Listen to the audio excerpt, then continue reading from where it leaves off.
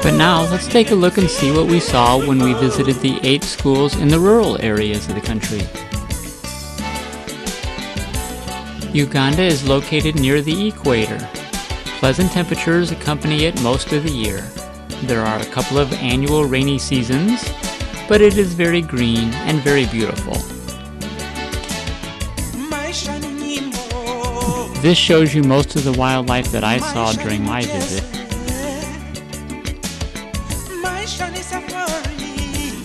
After we left Kampala, it would be miles before we would come to another town. The towns were small. All the local commerce was located along the roadside, much as what you see here.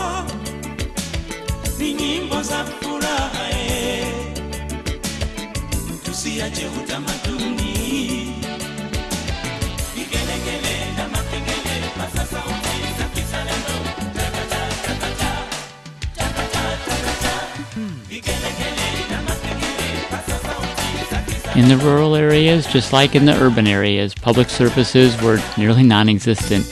Trash was just piled up alongside the roadway. And bicycles were of great use. Sometimes they substituted as pickup trucks. In all of Uganda, there's only 10,000 miles of paved roads, and that main highway out of Kampala suddenly turned to dirt.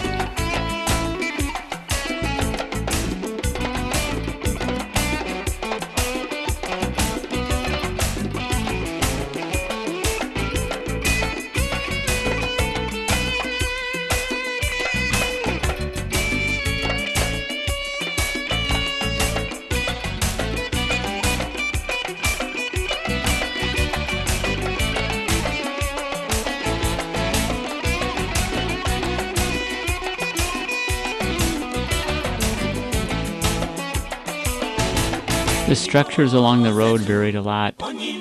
Many were old and primitive, but then along some of even the smaller roads there might be a very nice dwelling.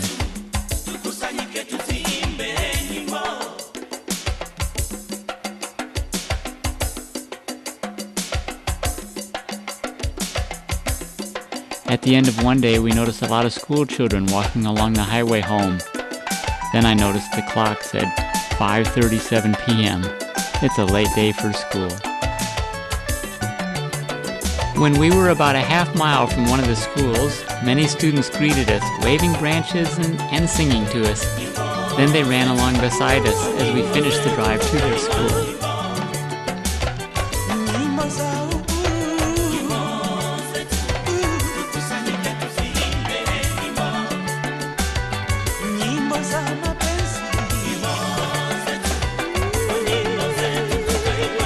Just like in town, the rural schools were very receptive to us. We were introduced, and then so often afterwards we were sung to. Sung to by all the school or special groups. Music was such an important part of their lives.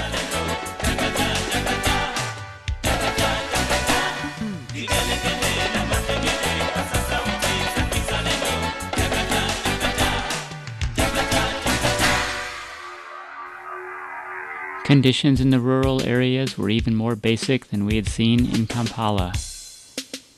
School buildings were even older, needed more repair, basic supplies were even in greater need.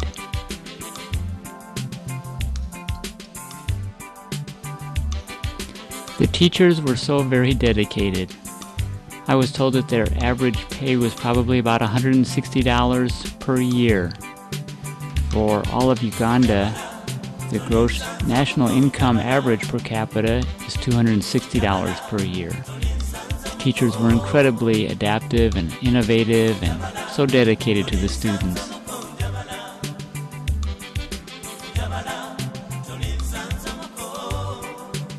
We visited over a dozen primary schools in Uganda, ranging in size from 500 to 1,200 students.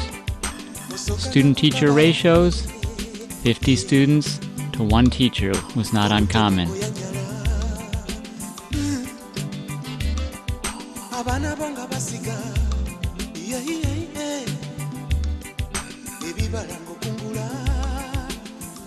Electricity is a problem in all of Uganda. In the capital city, Kampala, 24 hours with electricity, 24 without. In the rural areas, you may get it twice a week is all. The TV and DVD player are donated, but the schools still need to secure the equipment to make sure it is kept safe. They often got very imaginative on how to do that.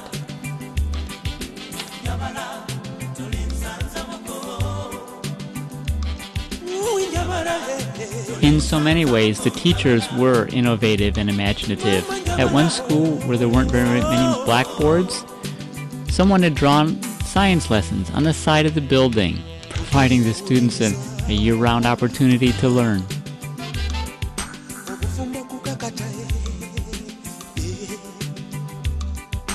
The students' fees also covered lunch. Lunch was often the students' only meal of the day. Meat protein was probably only served once or twice a month.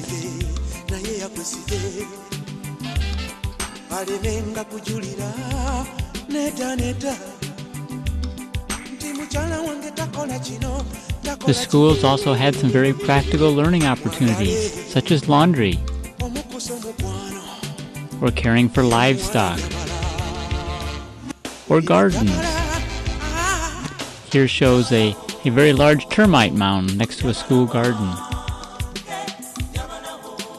This is the 8th grade boys' dorm in one of the rural schools.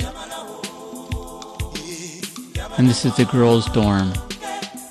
Keep in mind that that's 3 students per mattress. They were also very thankful and giving us gifts as we were visiting. They were fascinated by us, Muzungas who had white skin, and then some of us even had blonde hair.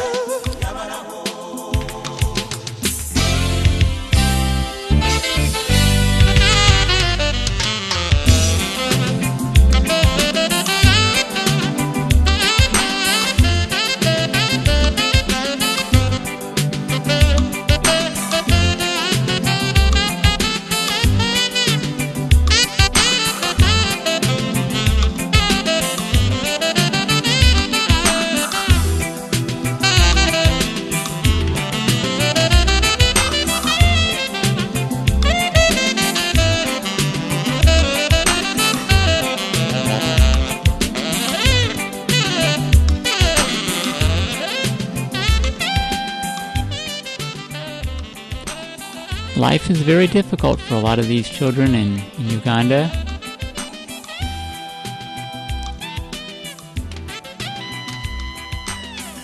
But despite their difficulties, throughout the week, I saw a lot of happy kids.